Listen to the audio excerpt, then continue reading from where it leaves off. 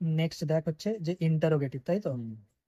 ইন্টারোগেটিভকে আমরা মেনলি দুটো ভাগে ভাগ করতে পারি, একটাকে বলে ইয়েস নো কোয়েশ্চেন, ঠিক আছে, আর একটা হচ্ছে WH ওয়ার্ড।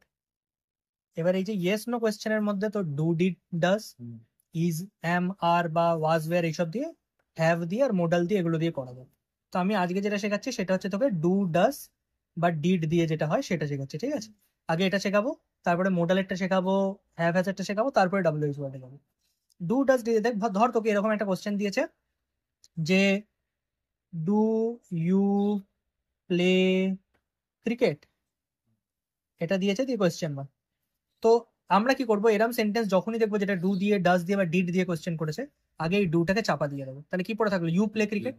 এবার ইউ প্লে ক্রিকেটে তুই ভালো করে লক্ষ্য কর, এটা সাবজেক্ট, এটা ভার্ব, এটা অবজেক্ট। এই ভয়েস চেঞ্জটা আমরা আগেও করেছি। কি করেছি আমরা, যে cricket is played by you, এটা করেছি তো। এবার আমরা কি জানি, বাক্যের ভেতরে যে বি ভার্বটা আছে তাকে বাইরে বার করলে কোয়েশ্চেন করা যায়। তাহলে কি হবে, is cricket played by you question mark. তাহলে এটার অ্যান্সার হয়ে গেল এটা, বোঝা গেল? এই স্টেপটা এখন শেখানোর জন্য করলাম, এটা কিন্তু পরে মনে মনে করতে হবে বা রাফে করতে পারি, ঠিক আছে?